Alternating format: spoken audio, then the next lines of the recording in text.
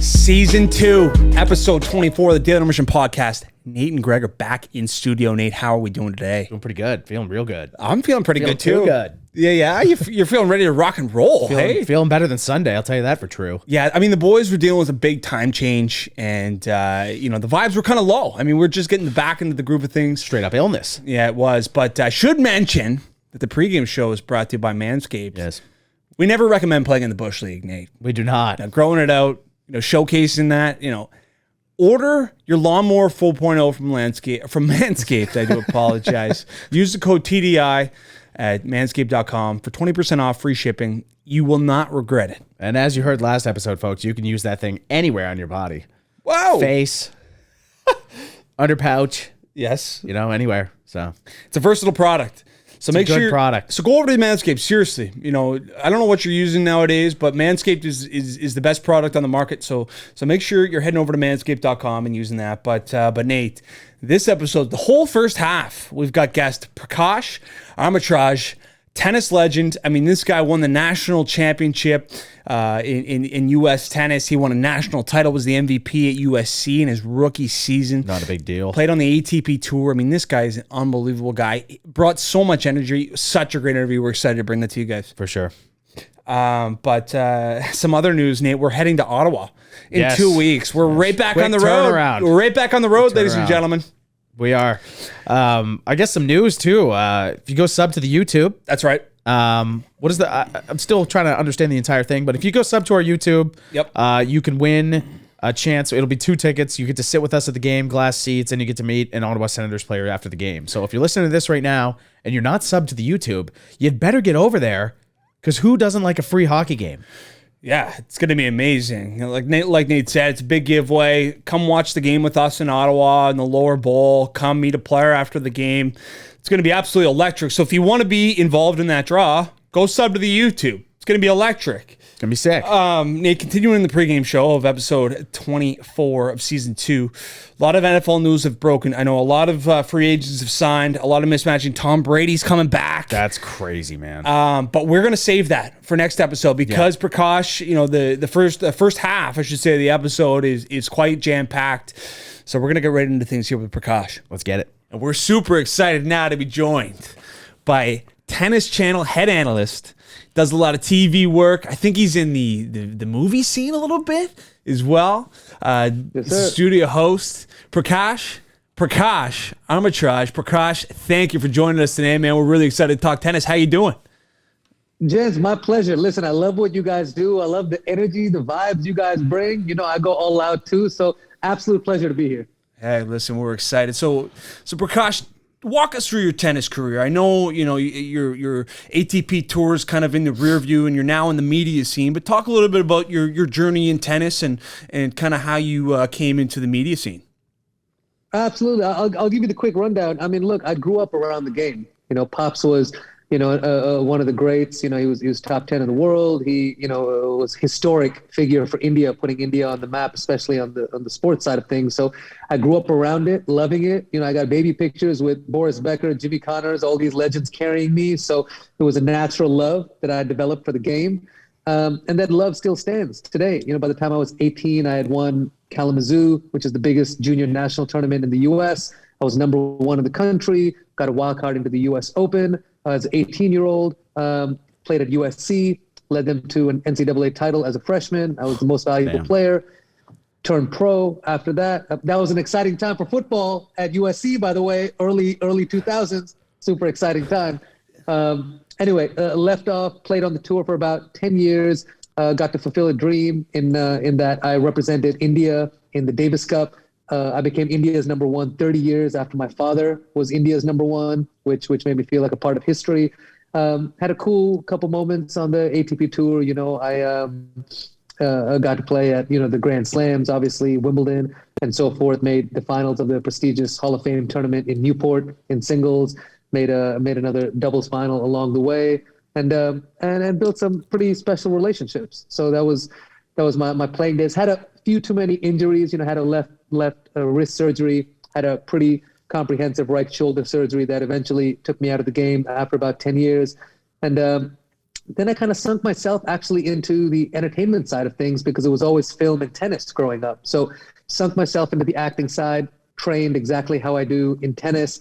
And while I'm on that path, sort of a random opportunity came up on the tennis side of things.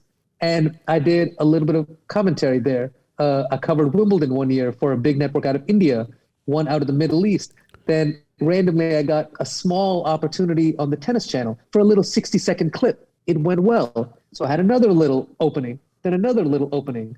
And then I got to mention this, Bob Wiley, who's the president of production at Tennis Channel, and our beautiful executive producer, Ross Schneiderman. They both decided to give me like a shot that had never existed on Tennis Channel. They were going to send someone to the ATP World Finals in 2018.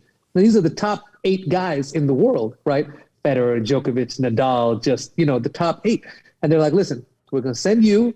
We're going to send a whole camera crew with you. Just do your thing. No, they hadn't done this before. So I said, I'm going to go all out. So luckily I knew these guys because I played with them. So got every interview I could, did every story I could, and so forth. And like a month later, I can't say how thankful I am to both of them. And of course, the head man in charge, CEO Ken Solomon. I got a mail saying, listen, we'd like to create this role for you and have you travel to all these tournaments. Then it kind of snowballed from there. And then Prakash Worldwide became a thing. That's amazing. Yeah, that is cool. It's super cool how it wasn't a thing before you got to do it. So you were kind of the starter too. The pioneer. Yeah. God bless them, man. I love people who take chances, who take risks. I'm the exact same way. And it's been able to actually bridge a little bit of my two worlds because, I'm so heavily trained and sort of put a lot of time in on the acting side and the storytelling side of film, TV. I'm able to sort of bring that storytelling aspect to the sport. So even when talking with the players, look, I may not have, been top 10 or whatever it is, but I know what it is to walk in their shoes. So I like to bring that perspective whenever we're talking. Because look, in my opinion, every single person on the tennis circuit, men, women, I don't care what your ranking is, has a beautiful story. And so much of it has been focused on the big 3 names, who, by the way, they're all GOATs, But there's so much more to mine from our beautiful sport. I love that fact that we're spending more time on that too. Cool. Sweet. I love how you brought up the Federer, Nadal, Djokovic, they're all GOATs. Because that was one of our questions. So I guess that one's out the window. But I had a question about the courts. So obviously you got the hard, you got the clay, you got the grass. Could you explain to some of the listeners and even myself too, what are kind of some of the differences between those courts? And I'm curious to know too, did you have one you preferred more so than the others?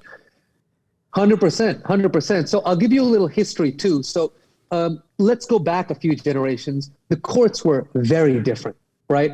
Hard courts are the ones that you guys know, that you're used to. They can play at different speeds. You can have really slow hard courts. You can have quick hard courts, medium pace, whatever. Then you have rebound ace, which is what they play in Australia. It's a bit higher bouncing, right? It's a little bit stickier to move on, right? Then you have clay, which is generally the slowest, right? It takes a lot of pace off of the ball. You have a lot more time to hit. That's why baseliners have always done better over there. Then you have grass, which is traditionally faster. So you see the Pete Samprases winning 7 Wimbledons in a row. The servant volleyers, Boris Becker, doing well there. It travels through the ball quick, so you don't want to let the ball bounce. Hence the servant volley. You catch the ball in the air. Now, the game has changed so much, the courts are a lot more similar. They've slowed the grass down by using a different seed.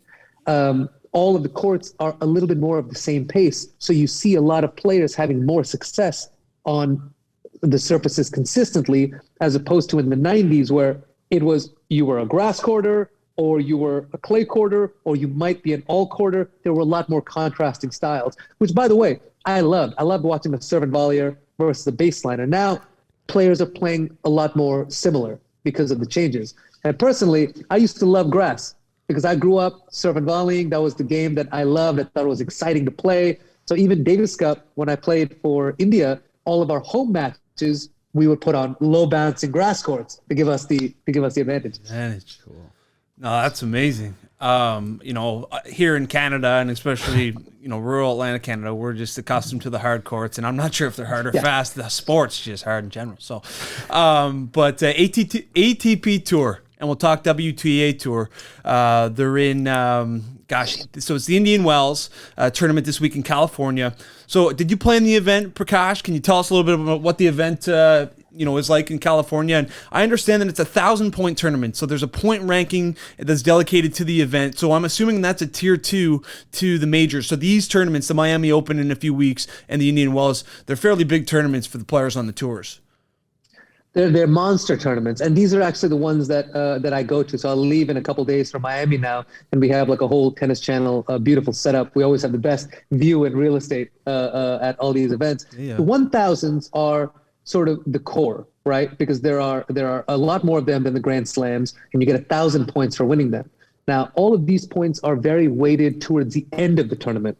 So it's 1,000 to win. It's a little bit less, but it's all weighted towards the end. So doing well here, I mean, if you win a 250, that's 250 points. Imagine you have to win 4 of those tournaments to equate winning one Masters event. So these are very important for all the players to get their ranking up. Higher ranking you get, obviously, the more opportunities you get at the bigger events. Indian Wells, man, it's such a special event. Now, look, I grew up playing in Southern California, right, which is a tennis hub of like real good competition. Lindsay Davenport did, Pete Sampras did, and Indian Wells was like the tournament because it's a 2-hour drive. You got to go as a kid, see all these great players. The beautiful thing with the setup there, and lots of credit to Larry Ellison, who just came and just sunk all types of money into this place, threw a Nobu in the stadium, threw all sorts of types in there. It's very fan friendly. You can come with your family and you can get right up to the court. So it's your chance to see, Felix and Dennis, like literally like a few feet away, which you don't really get to see at a lot of the other events. And there's lots to do there. It's one of the ones that the players really get excited to come out for. Cool. No, so I mean, I've obviously you've been following it fairly closely, Prakash. I mean, I know we're kind of, we're into the quarters on the women's side, and we're into the round of 32 in the men's. Are you seeing? There's been some big upsets too on both sides of the draw. Is there anybody you're kind of keen in on that you think might take the title? I like to look at the ones who aren't necessarily the outmost favorites, but the ones who, have had some stuff boiling for a little while and they're ready to like explode at a big event. And look, she had a phenomenal year last year, but Paula Badosa on the women's side, man, I think she's a true champion in the waiting. I really think she could blow up, win one of these, possibly. I mean, she won a 1,000 last year, but really come on strong. Maybe win a Grand Slam, and Maria Sakkari too from Greece. One of the fittest athletes you'll see out there, puts in a lot of work in the gym, but a beautiful attitude, real fighter. And, she just cracked the top 10 towards the end of last year, and it was a big moment for her and for her country. I think she's primed for a big breakout at one of these events also. Love both of them on the women's side.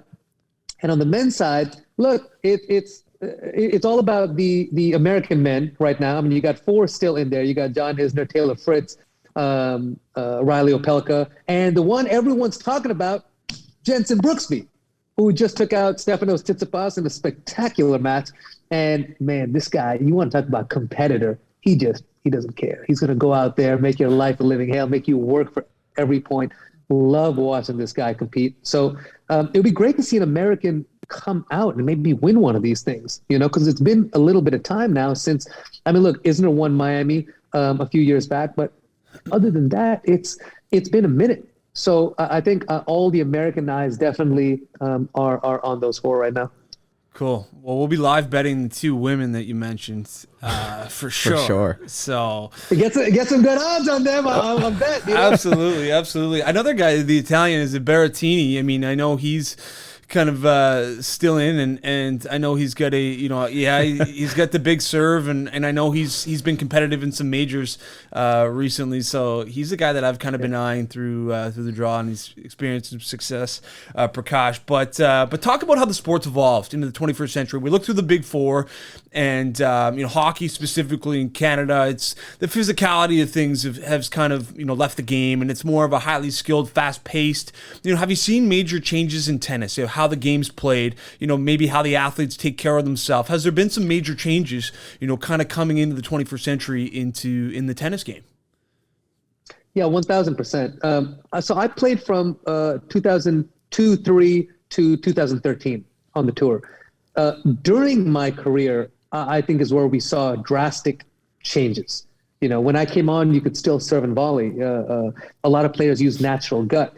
The technology changed a lot. They started using different string. The game started evolving more towards really the baseline game. Now, all of a sudden, 20 years later, you're seeing a little bit of a shift. You are seeing players come to the net a little bit more. But on the professional side of things, guys, before you could, let's go back to the 70s. Guys literally focused on tennis when they were on the tennis court. After that, it was a wild, I can't even use the word, just a complete free-for-all, Now, and then it gradually changed over time. Martina Navratilova changed things a bit, brought fitness into the fray. Jim Courier took it to another level. Now, everyone is so focused on every single aspect of every single minute of every single day, what nutrition they're putting into their body, the team that surrounds them, the recovery, the sleep, the this, the that. And look, you have to, because it's become such a big business, sport, there's so much money involved. There's so many things involved. So on the professional side, it's definitely changed.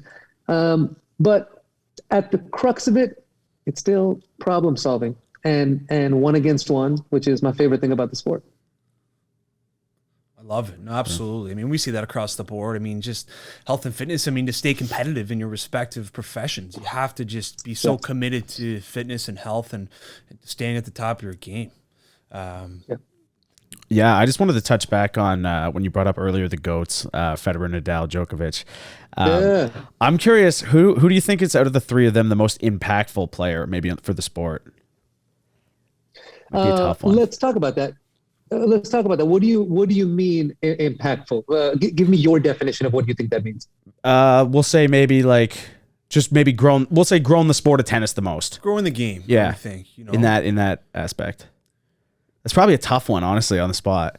Well, I like actually the way you're asking the question, because when people say who's the greatest of all time, greatness, the three of us might have three different definitions of greatness. Mm-hmm. Very true. And I will be giving you my opinion. If I listed you my top three inspirational people, these are the greatest to me. But numerically, there may be more people that have won things. But this is my definition, right? So when you give me that specific definition, I'm going to go with Roger Federer between the three. Because Roger was the first GOAT to come out, right? So when he came, a lot of people don't understand this too. Roger's prime was before Nadal and Djokovic were at their prime. He was beating people like Leighton Hewitt, who were at the top of the game during his prime. He was giving them bagels in the finals of Grand Slams. That's that's bananas. Wild. That's bananas, And he was dominating to a point where it was silly. Now, what you don't realize is he's made his prime and his downfall of coming down from the prime last longer than any individual I've ever seen. Normally you have your prime, then you kind of retire, or you play a year and then you retire, kind of thing. While he's been falling down, he's been competing with Nadal and Djokovic in their prime. That's astounding. But when he first came on, those sort of the mid to late 2000s, he transcended the sport. He 100% did. Nadal and Djokovic were playing catch up this whole time. Now, look, Nadal, Djokovic, we're not sure.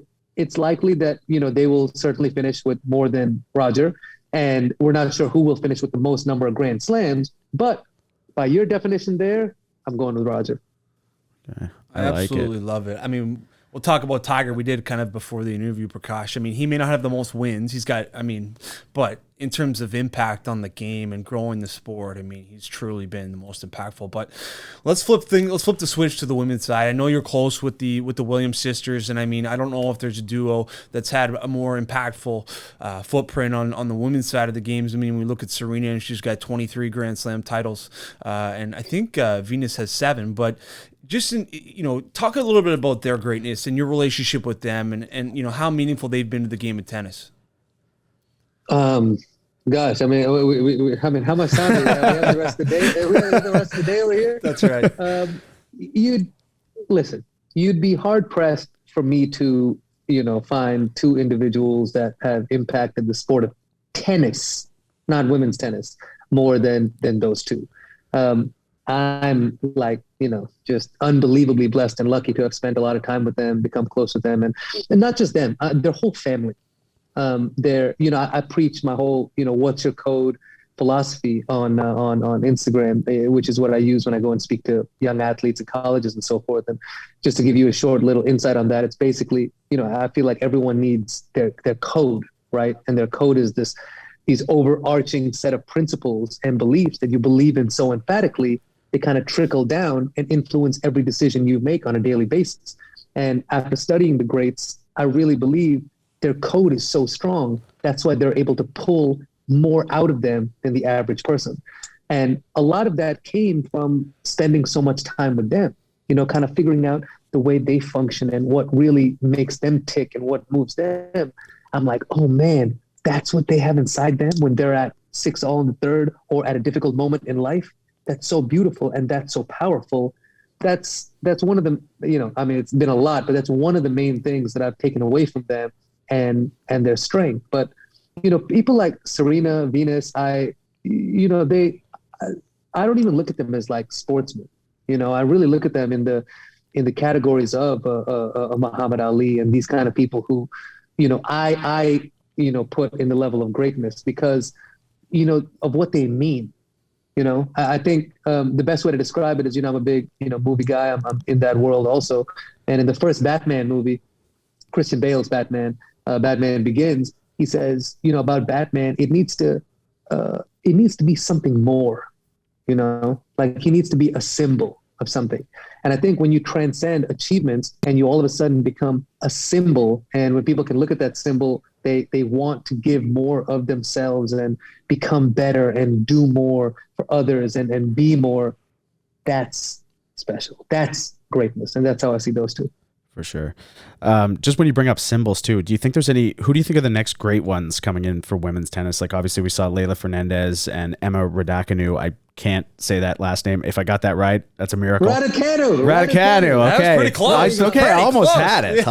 I'll take it. Do you think those 2 could be, or even Emma, like up for the next great one? I don't, you know what? I'm not going to put that on there. I'm not gonna say that because it's too much, and I don't think they're ready for that moniker. Emma Raducanu, after she won that U.S. Open, she signed every single gigantic, stupid, silly, huge endorsement deal that there was. I mean, she was with British Airways, she's with Evian, she's with Tiffany's. I think she's like the most wanted woman out there. And listen, after you win the U.S. Open, you all of a sudden got a target on your back. And when you were trying to, number 1, find your best game and still improve because she's still young.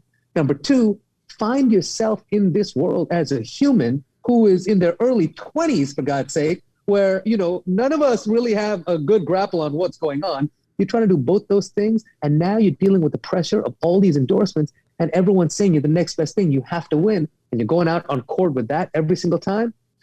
That's a lot. Yeah. That's a lot. So, I think there's a lot of work ahead of her. She's obviously off to a brilliant start. But look, I've said this about the women's tour. For me, it's one of the most exciting times out there because there is no clear, they're going to win everything. There's a ton of parity. Yeah. There's a ton of parity, and that makes it exciting for me. Absolutely. I want to not know who's going to win. Exactly. I want to see a surprise. I want to see Barbara Krejcikova come out and win the singles and doubles at the French last year. Such a charming person, so sweet. I love when people like that win and do well. It's great for the game. I want to see more of those stories because there are so many great stories out there. Let some of those come to the forefront, and I think that's a time period we're in. I love it. I mean, yeah, it's tough to kind of circle, who's going to be the next great one, and it's challenging to compare to I mean, obviously the Williams sisters and the three men who have dominated the sport. It's hard to say, but just kind of as history goes on, I'm assuming that someone will come out and be the next dominant tennis player on each side of the men's and women's, and it's going to be exciting to see. And we're hoping it's Leilani Fernandez, obviously selfishly here in Canada, but we'll see. I know. What are your thoughts on Leila? What do you think her ceiling is? Do you see a multiple major champion when you watch Leila? I'll give you my opinion on Leila, but if it's all right, I'd like to give you my opinion on Canadian tennis too. Absolutely. Sure. Well, yeah, Absolutely. We're going to get into it. So absolutely. I mean, Felix, Dennis, Bianca with the U.S. Open. I mean, it's probably the best that the landscape's been. Take the floor and pump the tires, hopefully. guys, you may as well be about to just call me Canadian. Okay, let's go. Okay, I mean, I should send you some of my sound bites from other interviews where I talk about these players that you're talking about. First, let's start with Leila. Leila won my heart after she gave her speech at the U.S. Open last year. To have the thought process and the awareness to, after losing a Grand Slam final, which might be the best and worst moment of her life, to really figure out what the moment is really about and actually talk about 9/11, which I can't even imagine how young she was for that. It completely won me over. I met her a little bit later at Indian Wells in September because it was held at a later time. She's a light. She's like a really bright light. I love her spirit. And I think that's going to hold her in really good stead as long as she keeps staying grounded to her family and that and what her code, what motivates her. I think it's going to be a beautiful thing. And let me tell you something, man. She's a fighter. She's got a lot of grit.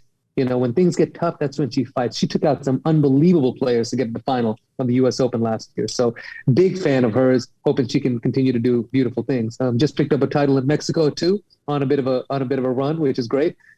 On the men's side, I'm like, I talked to Dennis and I talked to Felix. I can't explain how big fans I am of theirs. Felix is like, one of the classiest sportsmen I've seen in all of sport. And for me, on a personal level, I will go buy a ticket to watch him play. Like it's very exciting. He's one of those tall, strapping guys who he reminds me of the players from the 80s and 90s.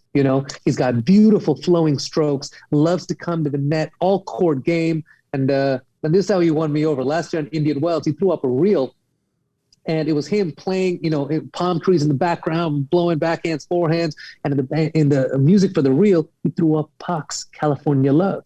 Right now, look, I'm born and raised in LA, so it's Pac, Kobe, and that's about it for me. So I got a hold of him in Paris because he came to do an interview with me on our Tennis Channel stage, and I asked him, I said, Felix, tell me about this, man. You threw up, Pac, this reel was beautiful, man. Tell me this. Like, I came to the West Coast, I had to pay respect. I said, boy, you're my guy. Fan for life. Yeah. I'm your fan for life, bro. I love it. So Felix, I can't say enough. And Dennis, look, he's one of the most electrifying guys on the tour. John McEnroe said he reminds him of himself. That's how talented he is. Is that because they both were lighting up refs, or? I mean, Dennis has had his moments. He's calmed it down a little bit. For sure. But he's great. I also like the fact that he's playing doubles. He's playing doubles with Rohan Bopanna, Indian guy who I played Davis Cup with, who's been a good influence on him. His new coach is Jamie Delgado. Worked with Andy Murray to a few Grand Slam championships, so he's bringing the right knowledge. Dennis got beautiful things in the future, no doubt. He can be winning Grand Slams. And Bibi, look, for a while she was my favorite player. She hasn't been because she hasn't been on the tour playing because poor girl's been hurt. But she's the most exciting player for me on the entire WTA tour. Let me tell you why. She's got an all-court game. She attacks the net. When she won that U.S. Open, and Indian Wells, at that young age, I think she was 19, it was tennis we hadn't seen before. And the grit and the belief. I interviewed her in Toronto, and she had won 3-setter after 3-setter after 3-setter, the same venue which she went to as a kid, always wanting to play at. She wins that tournament. She's the kind of player, and don't quote me wrong on this, so let it come out right. She she loves the taste of blood in her mouth. You know, like when it gets tough, that's when she gets tougher, and that quality I love more than anything in a player. So, you know, what can I say? I gave you my rundown on all the Canadian players. I might as well be Canadian. Listen, we're gonna give you the honorary Canadian badge for that. That was amazing, Prakash. Seriously. So, are you gonna be up here in Canada for the Rogers Cup? Absolutely. Look, I've been there in 2020. There was no tennis, but 19 and 21 I was there, and it alternates, right? So 19 it was a women's, then it was a men's last year. So I'll be in Toronto again there this year. It'll be a women's event, I believe. Well, we're meeting up, and we're gonna go for some golf. You can kind of that's locked in, Prakash. That's non-negotiable. We're playing some golf in Toronto, and we're coming and we're hanging out for a day because this has been amazing, man. We thank you for coming on and talking tennis. Seriously.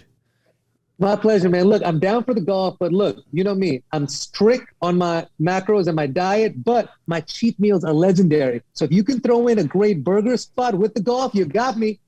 Done deal. We'll set it up. Lock it in, Prakash. Listen, we'll have you on. Hopefully we can maybe line you up for the few weeks leading up to Wimbledon or one of the majors. We'll talk some betting. We'll talk some of your favorites, and we'll keep on plugging, man. We love what you do. We love your energy, and we really appreciate you coming on.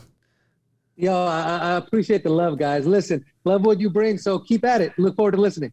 Thank you, man. Awesome. What a legend, Nate. Yeah, guy's an absolute beaut. Oh, I cannot wait to go golfing with him, talk tennis, watch the Rogers Cup in Toronto later on this summer. So, we thank Prakash for coming on, talking tennis. Yep. Definitely great insight, man. It's a sport that I am always aware of, and I understand what's going on. I mean, it's been really easy to follow, I would say, for our lifetime, just due to the fact that it's been dominated by. There's been a bit more parity on the women's side, but in the men's game, I mean, it's been Federer, Nadal, and Djokovic. But it's fun to kind of talk about it and see where it's at now. Well, I thought it was really interesting too when he was talking about how Federer was just kind of dominating these guys that we also think of like potential. Like the GOAT. Yes. When he's out of his prime. No, I think that really put into perspective for me how good Federer was. For sure. And how influential, how impactful Roger Federer was. Fires me up to watch tennis. Like, I want to get a game on right now. Yeah, no, exactly. But the Indian Wells is on now. We got the Miami Open just around the corner. So 1,000-point tournaments, and they're huge for the world rankings. And like you said, bolstering your position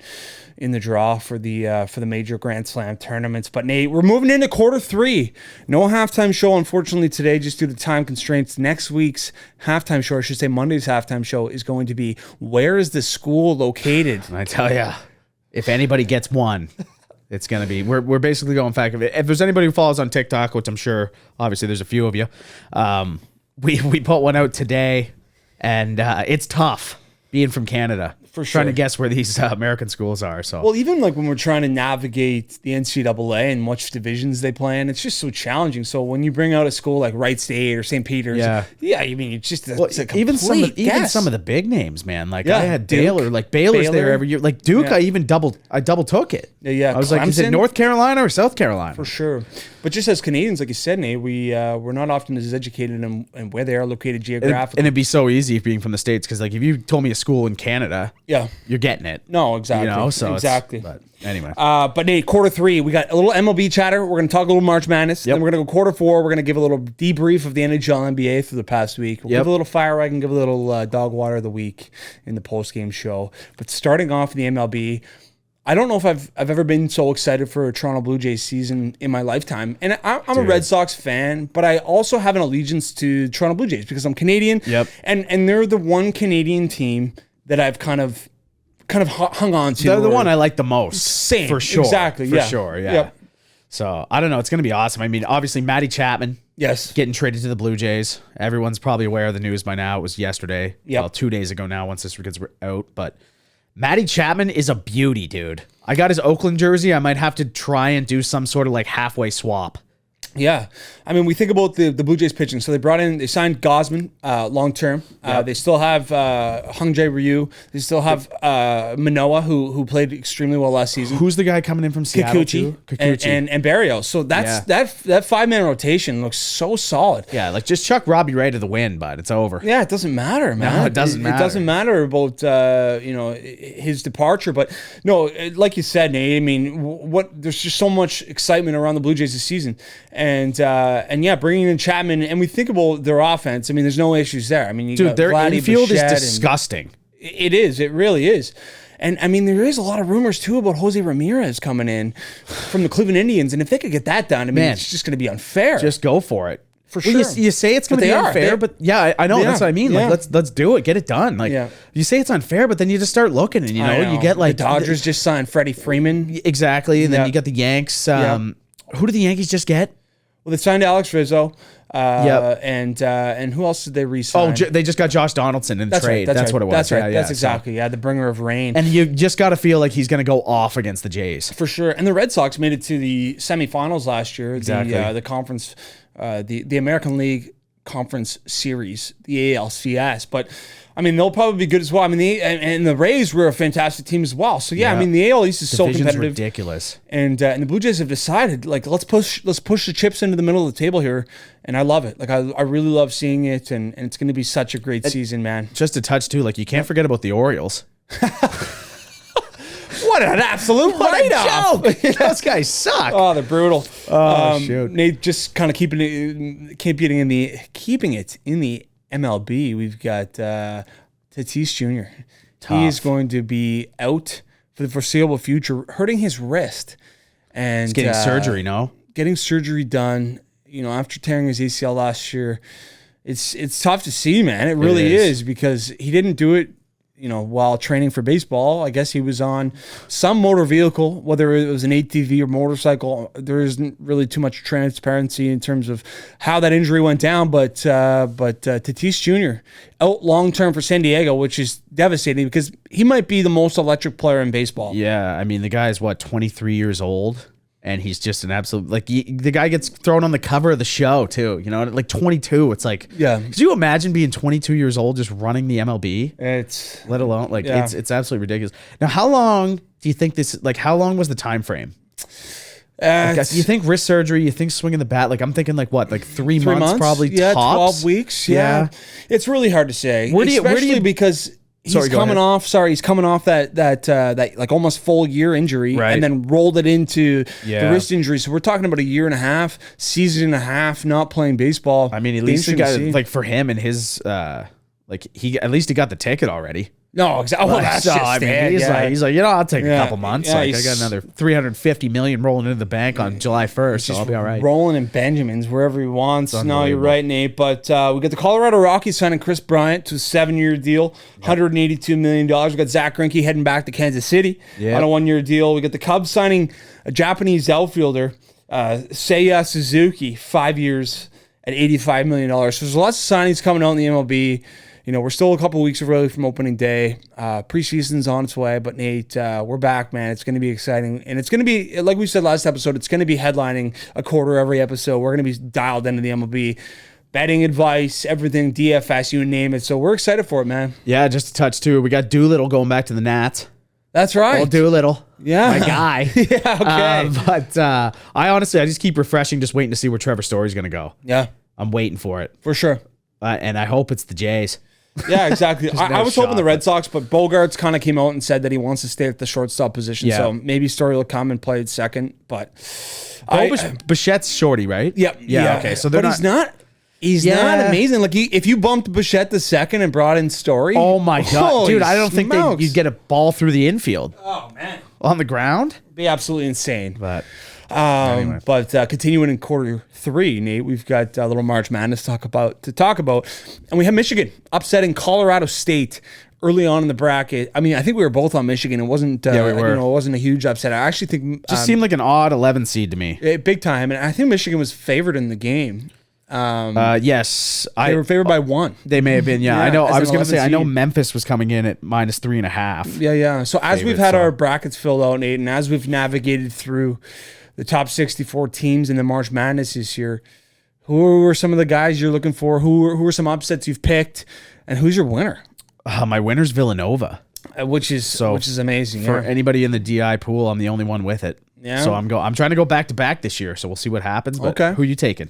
I got Arizona, and the reason I took Arizona is because my guy Rob Gronkowski's school, and they're a 1 seed. I kind of fall in love with the 1 seed. I like Arizona's logo as well. Yeah, it kind of reminds me of Acadia. Arizona's just sick. Yeah, it is. So I'm on Arizona. I know a lot of people are, but I was also all over Longwood.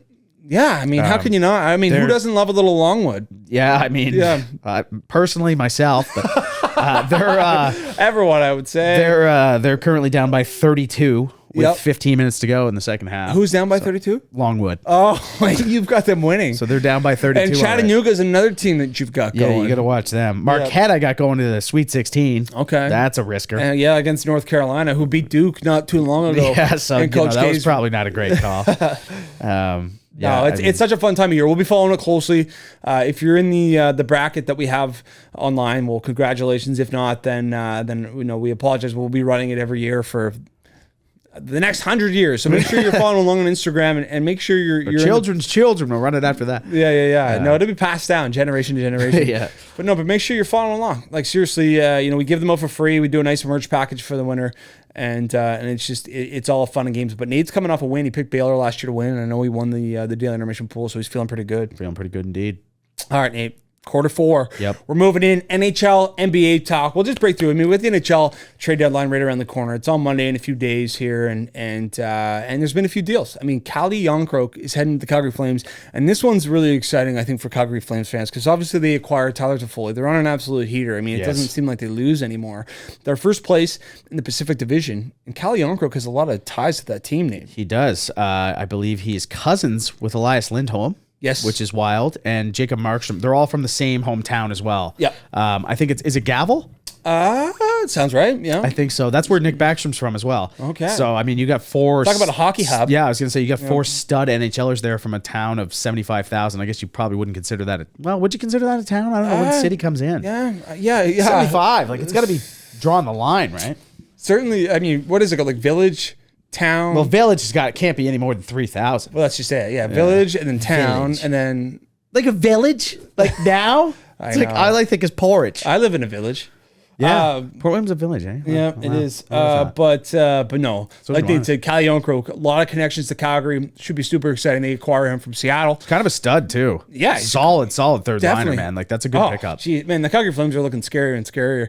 And just like you said, Nate, as we were talking before the episode, I mean, we look at Montreal's run last year, and we look at how well Carey Price played, and how we can see Jacob Markstrom playing that same role. That's the thing. It's hockey, dude. Like you get a hot goalie. Like Montreal was no squad last year. No, no. Carey Price carried them to the final. I mean, Markstrom, I feel like can do the same. So we'll see what happens with this. But and the West doesn't strike me as particularly strong.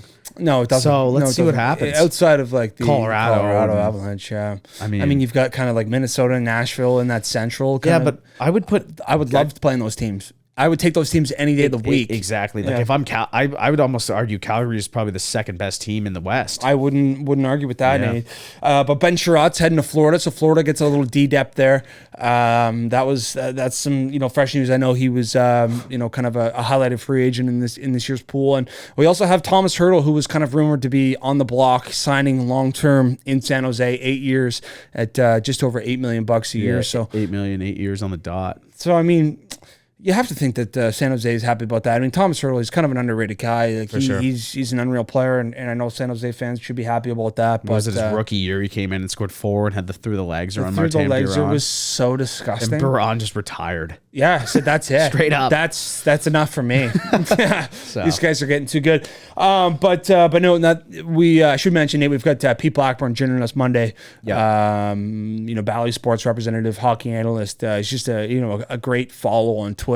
Hilarious. And yeah, we're going to be talking trade deadline. We're going to be seeing what makes sense for a lot of these teams to be making moves, and I'm sure after we record, most of the moves will go down, but it'll be fun to listen to our predictions and what we think the needs and wants are. Well, a lot of the episode 2 will come out in the morning beforehand, so I think a lot of people will get the guesses before. So no, that's absolutely good. That's absolutely right. So yeah, we're excited to have Pete Blackburn on for you guys Monday. And Nate, we're going to move into the NBA to finish off quarter 4. Yep. Quarter core. I almost said quarter 4. And the Raptors, man, the Raptors are a Canadian team. Are on an absolute heater. They're 2-0 in LA. They beat the Clippers and Lakers. I think they've won 5 in a row now. And I wanted to talk to you, Nate, about. Last season obviously was a tough one for the Raptors. They couldn't play at home, due to the COVID restrictions, and they played in Florida all season. They didn't have a great year at all. A lot of their players were injured. A lot of their players didn't play well, and then they ended up getting the 4th pick, and they ended up taking Scotty Barnes. Do you think, in the grand scheme of things, moving forward, you think it was worth it? Yeah, I would say so. I mean, it's a tough thing to kind of tell the fans. I think is the hardest thing because sure. as a fan, you're like, all right, well, what's the plan here? We're just gonna tank a season. Yep. And it's like, well. You never know who you're going to end up with, though. For sure. You know what I mean? Obviously the draft is the biggest part of becoming good. So. No, exactly. No, you're completely right. And I mean, even Jalen Suggs as well was supposed to go number 4. They ended up taking Scotty Barnes, which surprised a few people, but he's, arguably been the rookie of the year. And I mean, honestly, the poise and maturity that he's shown in his rookie season is unbelievable. And the Raptors have certainly picked a good one. He's going to be a franchise player.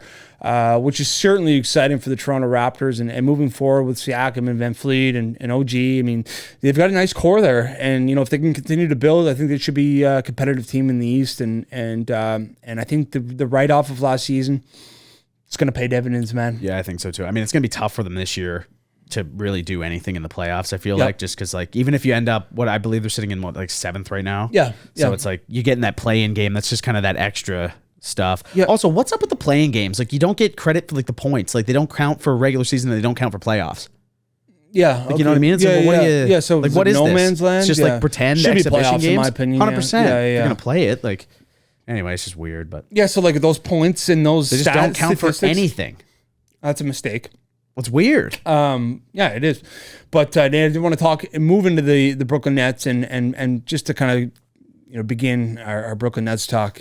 Ben Simmons, he's dealing with some spinal issues. They're hoping he's going to get some time in before the end of the year. But this is a guy who's taken off the entire season. So Brooklyn Nets fans who are confident they can maybe go on a little run here. I mean, this guy hasn't played, so it's going to be difficult. But I did want to talk about Kyrie Irving because Kyrie Irving is coming off a 60-point performance. He had 41 points in the first half against the Orlando Magic. I mean, he was getting standing ovation in Orlando. It was an amazing, amazing performance by Kyrie. But I feel kind of bad for Steve Nash. I don't feel bad for Steve Nash. I'm actually kind of questioning his tactics by sitting Kyrie with almost the entire 4th quarter left. He's got 61. I mean, you've got a chance to put this guy in the record books. Exactly. I mean, what are some of the records? I know you got Wilt with 100. Yeah, Kobe with 81 versus the Raptors. I think Wilt had 86 as well. Yeah. So I mean, he's right there. I mean, playing for the 4th, he can just hit a few and you're right there. Exactly. And I think you would have done it. And I don't know if you're worried about injury. It's the guy sits every home game. Exactly. So he's getting his rest management or load management. Load management, every which way you look at it. So I mean, I was happy for Kyrie. And as much as we shit on him, Nate, over here at the Intermission, as much as we question some of his ideologies and some of his, I guess, the kind of the way he carries himself. Ben Simmons has taken most of the brunt of that for the last few months. So. Kyrie, man, he was so tremendous in his interview afterwards. He honestly is a poised individual, and he does have a lot of great character. And I'm happy to see Kyrie go off and get the ovation he did. I mean, I'm assuming a lot of the ovation was due to the fact that there's a little bit of correlation between Florida and the vaccination beliefs, but we're not going to dive too much into that, Nate. Yeah. Another thing too, so Kyrie can't play at home, but he can sit front row on the bench with no mask. Is that not a little weird? I don't know. And LeBron came out too, and he had the tweet. He's like, this is facts. What's going on? And it's you couldn't be. I don't know. I don't get it. I haven't got it. I don't understand any of it. For about a year now, I don't understand it. Yeah, nothing makes sense. I guess it's law in the private sector in New York. I'm not really sure what's going on, but it's certainly not science at this point. It's almost like Kyrie's kind of laughing at society by saying exactly. He's like, all right, I'll come sit down here and it's like, what are you doing? Yeah, I kind of like it out of him, honestly. Kyrie's a polarizing guy, but no, we're happy to see him score 60. Kevin Durant the game before had 53, and the team's gonna be dangerous come playoff time, Nate. But 12 games left in the regular season in the NBA, so we've got playoffs just around the corner. We'll be previewing the playoffs. We'll talk about who we like, who we're betting on. And we'll be breaking down further into the NBA. Yeah. Moving forward. But Nate, that'll conclude quarter 4 of season 2 of episode 24 of the Daily Intermission podcast. Moving to the post game, Nate, you got a little fire wagon, got a little dog water of the week. Yeah, I'm gonna shoot. I'm trying to think fire wagon off the top of my head here. No, that's fine. I'll dive into it here. Okay, give her. I mean, we might have the same fire wagon. It's Cam Smith, and obviously we didn't have time this week to talk about the PGA Tour. But Cam Smith wins the Players Championship, the biggest purse in the history of golf. Wins $3.8 million. He took the week following up into the tournament to spend with his mom and his sister and his girlfriend, who he hasn't seen in 2.5 years. Cam Smith goes and wins the Players Championship in one of the most brutal conditioned tournament I've ever seen. I mean, half that draw got screwed by the weather, but Cam Smith grinded it out on Monday, a late Monday finish. Cammy Smith, I know he's your guy, Nate. What a weapon. Yeah, I'm gonna have to just take it from you. Yeah. I'm gonna have to say he's my fire wagon of the week. 100%. One, I picked the guy. Yes, I mean, exactly. It's another one. Throw it at the wall till it sticks. 100%. Him and Sungjae, but you know, we got it done. Another thing is the story that came out with him, where he invited all the caddies over. Did you hear about that? 100%. Yeah. So he invited all 30 caddies over. 30 caddies over to his house. They just got wasted after he won. Yeah. 3.8 mil. It's like, boys, whatever you want. Let's go. Beauty. Absolute weapon. My dog water of the week, Nate, is the guy by the name of Russell Westbrook. He might be my dog water of the year, to be completely honest. Okay. The Lakers ship out so much of their depth, so much of their team to acquire this guy. He's shooting 9% from 3-point, I think, in the last month or two, or since the All-Star break. I mean, the guy's just been an absolute plug. He's not gelling at all in New York or in LA. I apologize. And I mean, Russell Westbrook, it's just it's been tough to watch. So my dog water, Nate, is Russell Westbrook. Okay, you know, I like it. I like the dog water of the year cheeser as well. Yeah, it's good stuff. Yeah, well, I'm gonna go.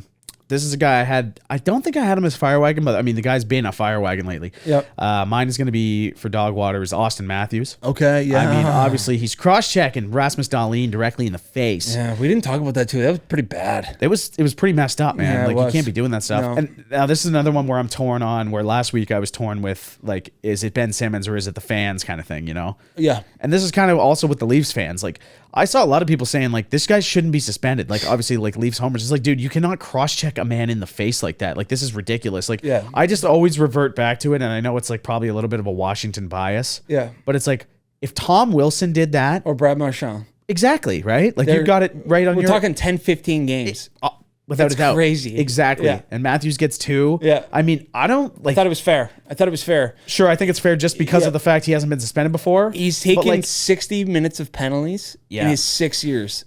Just to touch on that too, I heard an outrageous stat the other day about when I was listening to a Carolina game. Yeah. And this is Jacob Slavin. Okay. So, like, obviously he's like stud defensively. Yeah. That dude last year took one minor penalty.